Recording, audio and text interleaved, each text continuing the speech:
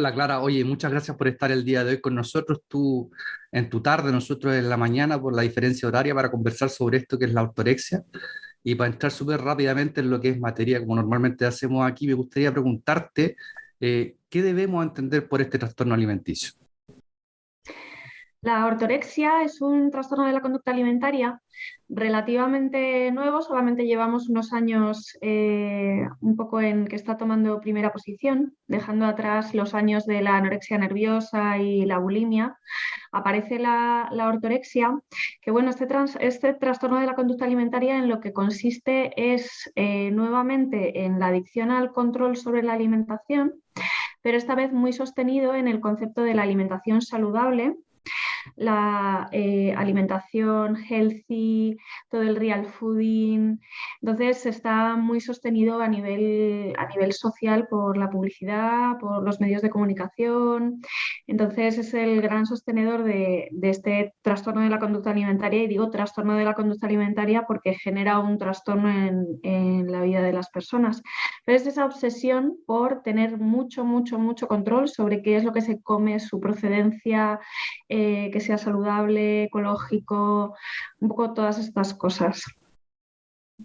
Oye, perfecto. Y cuéntanos cuáles son los síntomas principales. Pues los síntomas principales de las personas que padecen un trastorno de ortorexia es esa selectividad alimentaria, y el síntoma probablemente más llamativo y el que define el trastorno en sí mismo es la falta de flexibilidad. Es decir, la persona realmente llega a un momento, que es el momento ya en el que se convierte en una patología, en el que no es capaz de flexibilizar y no comer algo que se salga de esos alimentos que además normalmente las personas van restringiendo, dejando al final un registro pequeño de alimentos que sí que pueden tomar. Entonces, eso obviamente limita mucho la vida de las personas, porque hace que no puedan como salir a cenar a cualquier parte, o que no puedan en un momento dado incluso irse de viaje si no saben exactamente qué comida va a haber, o si va a haber lo que ellos comen o si no lo va a haber, porque eso les sube mucho la ansiedad y les pone muy nerviosos. Va asociado, por supuesto, a la imagen, al peso y al cuerpo, pero no está tan centrada la obsesión en el peso o en el cuerpo como en el tema de lo saludable de la comida, obsesionándose, por supuesto, también en muchos casos, tocando un poco la hipocondria, con la relación también con la salud y con los problemas derivados de comer comida que no sea extremadamente healthy. Oh, interesante. ¿Y existe alguna otra limitación? Porque precisamente quería preguntarte algo que ya estabas tocando, que son las limitaciones que podría imponer este trastorno a la vida cotidiana, además de las que tú ya nos comentaste. ¿Hay otro tipo de limitantes para las personas en su vida cotidiana a propósito de este trastorno? Hombre, sobre todo hablo de los sociales porque son los más visuales, ¿no? Al final, los sociales se trasladan también luego en un aislamiento autoinducido que provoca también en las personas otros trastornos del estado de ánimo, que provoca un poco sacarlos del mundo, ¿no? Los trastornos de la conducta alimentaria, que están siempre muy relacionados con la comida, realmente tienen más que ver con la evitación a estar con las personas. Entonces, todo lo que conlleve estar con las personas al final queda limitado por el trastorno de la conducta alimentaria. Se traslada en un aislamiento porque al final podemos hacer menos planes, y eso se traduce en más tristeza porque somos seres sociales y nos gusta estar con los demás. Entonces, esas son las consecuencias, pero realmente un poco digamos que la madre de las consecuencias es todo ese mundo social que se pierde a través de la comida, porque además somos una cultura en la cual nos relacionamos a través de la alimentación. De acuerdo, absolutamente. Oye, Clara, cuéntanos, ¿qué factores se han identificado como asociados a este padecimiento? Los factores asociados están muy relacionados con todos los trastornos de la conducta alimentaria en general. Son personas con baja autoestima, son personas que tienen un momento dado vital estresante o un problema familiar. O sea, sí que es cierto que no tiene por qué ser siempre, pero muchas veces sí que es cierto que hay un factor detonante de este trastorno. en el cual la persona pues busca esa vía de escape, que es ante una falta de estructura vital por lo que sea, ya sea algo familiar, algo relacional, algo del trabajo, pero hay un momento estresante en el cual la persona siente esa falta de control sobre su vida y tiene que buscar el control en algo patológico, como puede ser esto. Las adicciones conductuales o las adicciones comportamentales funcionan a nivel neurológico exactamente igual que las adicciones a sustancias. Es el mismo mecanismo en el cerebro de recompensa. Entonces, la diferencia con la sustancia es que todo el mundo ve como muy claro que alguien toma cocaína o toma lo que sea y eso produce un efecto directo en su cerebro de recompensa.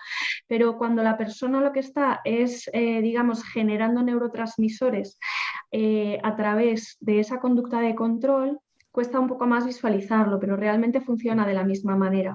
Entonces, hay factores que tienen que ver, ya te digo, con lo puramente vital o lo que esté viviendo la persona, pero me voy también a muy importante el factor hereditario de la personalidad adictiva, porque que no se nos olvide que las adicciones comportamentales están de la mano con los trastornos de la conducta alimentaria, ya que los trastornos de la conducta alimentaria son trastornos comportamentales, adicciones comportamentales. Uy, de acuerdo, Clara. Súper interesante y súper necesaria la aclaración respecto de lo que es la adicción. Me parece reinteresante de cara a nuestro público. Oye, me gustaría preguntarte si hay algún rango de edades característico vinculado a la aparición de este trastorno.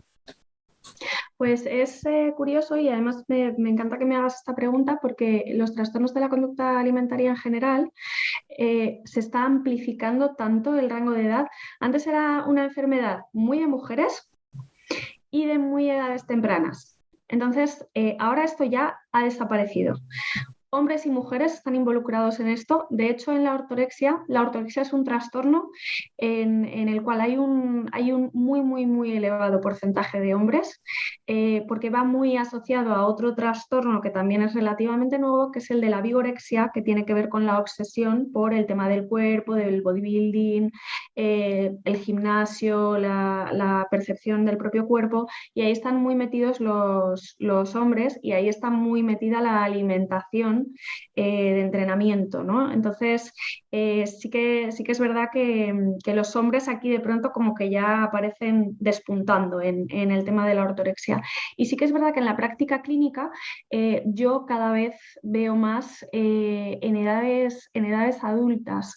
En hombres veo mucho, mucho, mucho alrededor de los 50 años, como llegando un poco, yo creo un poco mi experiencia en la práctica clínica es que lo asocio un poco a ese momento vital del hombre en el cual su carrera laboral, digamos que ya ha llegado a una madurez y yo creo que necesita nuevos retos y se pone un poco todo este tema de la alimentación como un nuevo reto.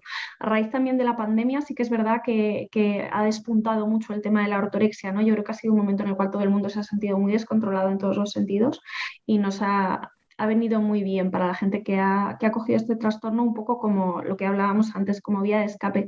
Entonces, como te comentaba, las edades muy variables ya a día de hoy. Podemos encontrarlo prácticamente en todas las edades, pero yo me atrevería a decirte, pero esto ya es una opinión mía personal, que la gente de mediana edad es la más susceptible de caer en un trastorno de ortorexia, ¿no? Alrededor de los 30, los 40 años, para mí me parece un punto interesante, porque en los más adolescentes y en los más jóvenes al final están muy condicionados porque la compra se hace en casa y se hace en casa de los padres. Aquí en España además ya sabéis que, no sé si lo sabéis, pero nos vamos de casa muy tarde. Entonces, en el punto en el que ya tienes 30 años y ya eres absolutamente autónomo en tu manera de alimentarte, ahí ya puedes restringir todo lo que te dé la gana la alimentación que tú compras. Mira que interesante, yo tenía la impresión, preconcepto de que era algo más vinculado a una edad más temprana. Así que es re interesante lo que nos comenta y precisamente lo que quería preguntarte y estaba más vinculado a edades más tempranas, pero veo que no va bien. ¿cómo yo puedo o cómo alguien, digamos, en su casa puede visualizar que una persona cercana está padeciendo de ortorexia y al mismo tiempo preguntarte si es posible o existe alguna forma de prevención vinculada? La manera de detectarlo es, la clave siempre es esa falta de flexibilidad de la que hablábamos antes.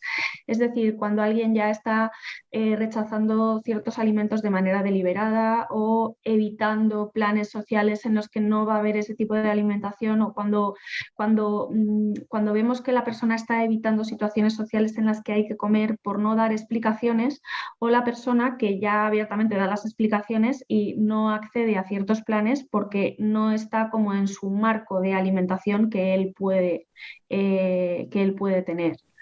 Eso y, por supuesto, si convivimos con una persona, podemos ver perfectamente un poco la clase de alimentos que compra, que además muchas veces las personas invierten una cantidad de dinero escandalosa en una alimentación muy rigurosa, de carne ecológica, de productos que son 100% de origen natural, que se sabe de dónde vienen, porque sí que es cierto que aquí hay un mercado detrás que sostiene muchísimo esta patología, y que es un poco al final la doble moralidad entre patología y sociedad, porque es muy difícil prevenir esta patología cuando realmente cada vez está más de moda y se ve como algo sano, se ve como algo bueno y se ve como una moda estupenda, porque es cuidarse. Y cualquier cosa de manera obsesiva o de manera compulsiva nunca, nunca, nunca va a ser saludable. De acuerdo. Oye, Clara, ¿en qué consiste básicamente un tratamiento para la ortorexia? Pues un tratamiento para la ortorexia consiste básicamente en exactamente el mismo que un trastorno de la conducta alimentaria, que al final se basa en el mismo paradigma un poco de cualquier tratamiento de una adicción, que es cortar con la sustancia o el comportamiento al cual somos adictos. Entonces, a una persona que lo que es adicta es al control de su alimentación, se le somete a un descontrol de su alimentación. Sí que es cierto que hay muchísimas maneras de entender el tratamiento y muchísimas maneras de practicarlo, pero si me quieres preguntar desde luego por el que yo practico desde hace 12 años, es el de retar a la persona a enfrentarse a ese descontrol y a esa pérdida de la rigidez con respecto a la alimentación. Esto quiere decir que tenemos que enfrentar a la persona a comer cosas que sean absolutamente poco saludables y cosas terribles. No, pero sí que es verdad que es muy importante que alguien que sufre de una ortorexia sea capaz de comerse un bollo absolutamente industrial, porque no pasa nada. Entonces se genera ya hasta fobia a comer cierto tipo de alimentos. Entonces, al final esto es como una persona que tiene fobia a cualquier cosa y hay que hacer una aproximación a todos los alimentos para que vea que no ocurre nada, pierda ese control.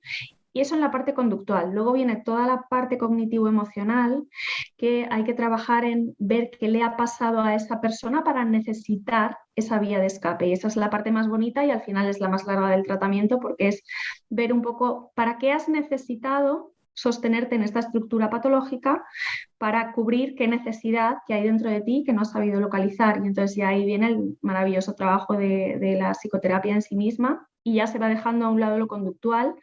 La persona va retomando un poco el control sobre su alimentación, es decir, en inicio sí que hace falta un acompañante terapéutico, que suele ser un familiar, para regular la alimentación y que la persona como que deje de tener el control sobre ella. Esto para nosotros es importantísimo, desde ahí lo entendemos. Oye, perfecto, Clara. Y cuéntanos, ¿bajo qué circunstancias tú recomendarías asistir a un especialista como tú?